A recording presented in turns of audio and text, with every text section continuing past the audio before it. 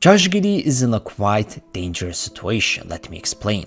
The game against the Houston Rockets, the very beginning of the game, Josh Giddey is being defended by a below-average defender, a center, Alperen Şengün, a defender that is also a great target to attack on the perimeter, especially if you're a faster player, but Josh Giddey is not him. So Şengün slides to the box area anticipating a drive by J-Dub and completely ignores wide-open Giddey. Alperen is not even occasionally checking on Giddey by turning his head to see maybe Josh is trying to cut towards the basket. Also, Fred VanVleet is responsible for 2 opponents and covering that open area, but as the video will go on, it will be clear that Houston's scouting report is to straight up ignore Josh Giddey. So Giddey tries to blow by Alperen, doesn't really create an advantage, passes it back to J-Dub, and again notice how Şengün ignores Josh. To make things worse, Jabari Smith is the third help defender in this situation, but even he moves away from Giddey, and this could have ended up as a defensive mistake as Giddey was semi-wide open for a split second. But Giddey clearly is a non-factor on offense. He can't explode to the rim or at least drive to the basket at a decent efficiency, as currently he's top 10 in the league when it comes to turning the ball over on drives. And you would think that Josh has somewhat of a speed and quickness advantage over Alperen. In this play he does a good job faking a handoff and driving to the rim, but Şengün does an even better job on recovering and eating Josh's layup attempt. So it's quite evident that Giddey has absolutely zero advantage over slower 7-footers that always feel weird when they need to play perimeter defense.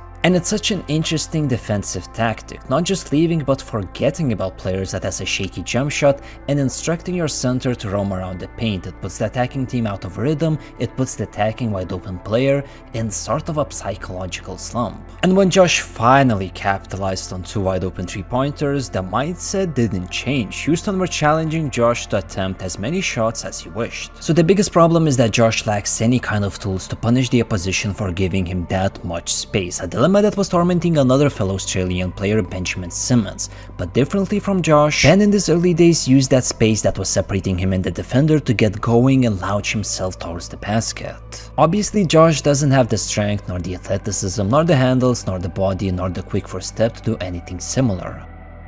Talking about Giddey's jump shot, he does have a high release, it doesn't look too bad, but he has such a slow load up. And from watching the FIBA World Cup this past summer, I do have a feeling that Giddey feels more comfortable with pull-up jump shots and when he dribbles into a jump shot rather than catch and shoot looks, which again decreases his efficiency in half-court basketball as there are way more off-ball situations where Josh has to catch and shoot. And so it would be an understatement to say that SGA is not benefiting from playing with Giddey. On paper, I agree it should work. Josh is a pass-first point guard, SGA is a pure scorer, but Giddey can't be played off-ball that much. And while seeing how NBA is a copycat league, everyone is just looking how to exploit mismatches, more and more teams are applying different things that work against lineups that features Josh Giddey. Against the Dallas Mavericks, the rookie Derek Lively was on Josh. Lively is an exceptionally good rim protector, so he roamed around the paint acting as the secondary help defender. But the big problem not only for Giddey but for the whole Oklahoma's team was the 3-2 zone. Dallas mounted their comeback with the zone, and the left area of the court where Giddey was located was the strongest defensive spot for Mavs because in no way Luka is moving to contest anything from Giddey. As you can see in this play, SGA is attacking the opening, Luka does nothing, just stands there, but Luka's presence alone hinders Shai's attempt to finish. After this exact possession, a timeout followed and Mark Daigneault decided to not use Josh for the remainder of the game as the coach played Cason Wallace. Now why is the 3-2 zone so special? Teams are changing and using numerous defensive systems during games when the offense adapts and new defensive tactic is being implemented, like a game of chess. And I did notice that the 3-2 zone hurts OKC's starting lineup featuring both Josh Giddey and Luke Dort. The concept of a 3-2 zone is to defend teams with good outside shooting and with weak post players, in which OKC meets both criteria as currently they are leading the NBA with 3-point percentages and they don't really have good post players. The simplest way to beat the 3-2 zone is to shift the ball from one side of the court to the other while occasionally attacking the caps. So right here Giddey and Luke are positioning themselves perfectly, J-Dub is attacking the gap, drawing two defenders and passing the ball to Giddey. As we discussed before, this side of the court where Josh is positioned is the strongest area defensively for the Mavs. They have their best defensive player Derek Lively there, and the Mavs are more than happy to give that open corner look to Josh Giddey. If we take out Josh and put Cason Wallace in his position, that same area, same corner look, different outcome. At the end of the day, basketball is a game of putting the ball into the basket. So why exactly current circumstances are so dangerous for Josh Giddey? If you remember the meme that was said about Josh before he was drafted, scouts pointed out his weaknesses consisting of poor ball handling, assertiveness, outside shooting, on-ball defense, and athleticism. So basically Josh's weakness was playing basketball. Josh feels awkward whenever he's asked to do something other than passing or playing PNR actions, in which, let's agree, he's elite. And coach Mark Daigneault is asking Giddey to play as a wing and contribute to team success by playing off-ball, a role that Giddey is not used to be playing. He does have the size for it, but he doesn't have any outside or inside presence. He never did these things in the past, operating in the short corner area and finishing in traffic. Josh Giddey is a ball-dominant player that is being asked to play more off-ball. That doesn't work, at least not immediately. And if you look at OKC's usage rates when Josh Giddey was a rookie, you would see names like Trey Mann, Ty Jerome, and even Luke Dort, players with questionable efficiency when it came to actually putting the ball into the basket. If we look at Oklahoma's usage rates this season, we see an entirely different picture. Jalen Williams, Chet Holmgren, and Isaiah Joe, a way better talent pool. To top that, this talent pool is contending and is finally looking to win some games, but Giddey is still second by offensive touches. But his true shooting numbers are way down. Of course, the main reason, as I stated, was the change of role, as his usage is different compared to previous 2 seasons. But naturally, for OKC, there's a question. Would it be more beneficial to your team's success to increase touches of Chet Holmgren, or J-Dub, or Isaiah Joe, heck, even guys like Pokusevski or Wallace? And it's partially already happening. In OKC's total 43 clutch minutes when the score was within 5 points in the final 5 minutes of the game, Josh Giddey barely reached 30 minutes of total playing time.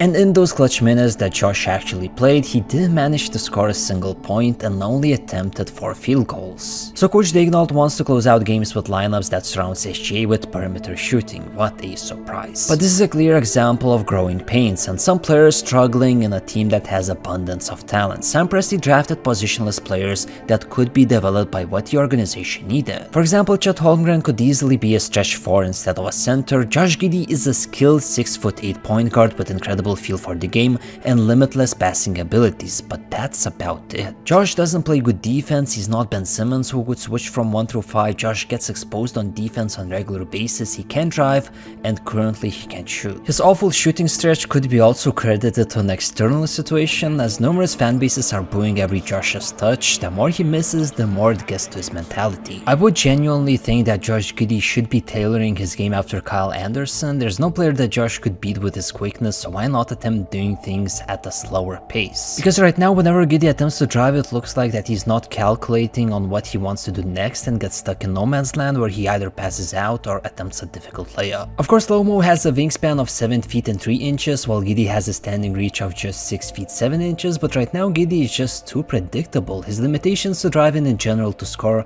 also limits his passing abilities. Passing is nice and Giddey can see openings and distribute the ball like no other player his age, but he needs to add some kind of versatility to his game. And if Giddey is not having a great game offensively, defensively there's even more issues. When we think about a wing player that plays as a shooting guard, small forward, and even power forward, you would prefer that versatility to transition to both ends of the court. For example, a player like Dorian Finney-Smith that is known to be a 3-and-D type of player, he can provide some rim protection. He's a great example to compare with Giddey, as Josh stands at 6'8" while Dorian is 6'7". And this single play perfectly describes Josh's poor value as his wingman. So Giddey positions himself perfectly. He maintains a distance from Andrew Wiggins, who's also experiencing shooting dry spells. So Giddey is anticipating the play from the weak side and is ready to help down in the paint. A hard screen by Looney frees up Klay Thompson, a well-timed pass by Draymond.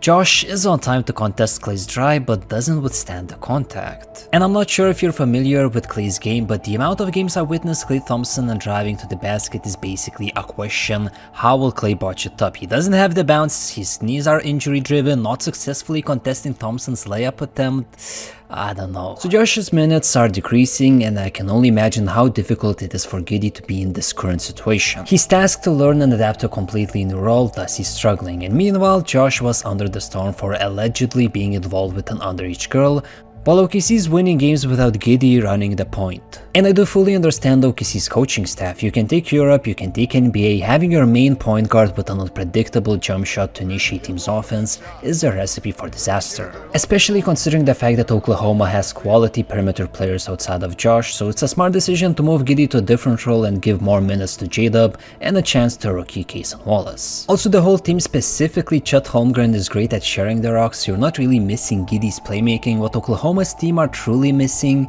is rebounding. OKC allows 14 offensive rebounds per game, in which they are dead last in the whole league, and 16 second chance points off of those rebounds, in which they're also rock bottom. So again, this is a great example how Josh Giddey is not fitting their system. Giddey's strengths, well, OKC don't really need passing that much right now. On the other hand, they would benefit from having a Jaden McDaniels, Robert Covington, or Mo Wagner type of wing. A wing that could secure those 50-50 balls, box out, come behind the back of a center to snatch the rebound, acting as a secondary help defender, basically being a nuisance, while offensively simply hitting open long-range looks. Josh Giddey is still just 21. I'm extremely curious to see how things will evolve. Who knows, maybe OKC will move Josh to the bench and he will command the second unit playing as a point again, as patience is always the key with younger guys.